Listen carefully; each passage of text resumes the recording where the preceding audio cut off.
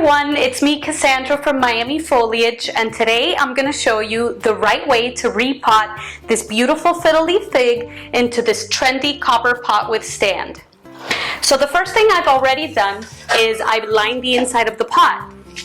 This pot is just metal on the inside and I want to protect that metal, so what I've done is I grabbed double-sided tape and put it around the rim, and then I just grabbed a garbage bag and just neatly tucked it inside and stuck it to all the sides. You're not going to see this because it's going to be full of soil.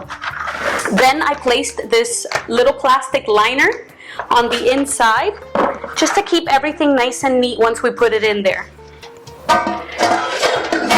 So because, as I mentioned before, the fiddle leaf fig likes to keep its feet dry, I'm going to place some pea rock, you can use gravel, on the bottom of this pot just to give the excess water somewhere else to drain. So I know that my pot is 10 inches tall and that this pot is 12 inches tall. So I'm going to place about 2 inches worth of gravel on the bottom of this pot. I should have brought a cup or something.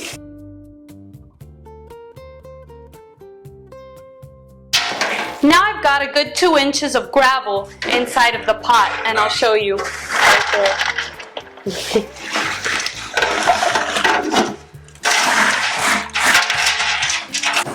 The next thing I'm going to do is actually transfer the plant over. But first I'm going to put a little layer of soil on top of the gravel. Nice and smooth. I'm going to grab my pot and I'm going to squeeze it around the base a little bit to kind of loosen up this soil. Now I've waited for the soil to dry out. That way, after I repot it, I can water it and it'll help it to settle better. So now that I've squeezed it on all sides, I'm going to very carefully and gently grab it by the base of the trunk and just slide it out. And because it's dry, it's mostly easy to take out. And I really don't want to disturb these roots because the fiddle leaf fig, it is a little sensitive. So I don't even want to mess with that. So I'm going to look at my plant. It looks beautiful. Looks like the 2 inches was just right to keep this plant right in the level that it should be. And then what I'm going to do is I'm just going to use a little bit of extra soil to pack in there just so that it's nice and tight. Be very careful with the leaves.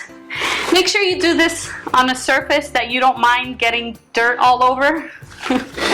Maybe outside, because you are going to make a mess, and that's okay.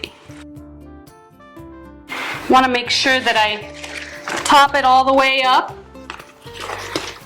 That way you won't see your plastic bag, and your plant has plenty of soil to stretch its roots out into.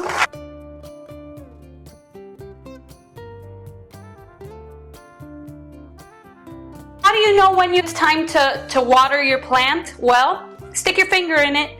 If it's dry, water it. You never want to see the leaves going down, but you definitely want to wait for it to dry out between waterings. The other way to do it, if you're really fancy, is to use this moisture meter. And I'm going to start selling these on the website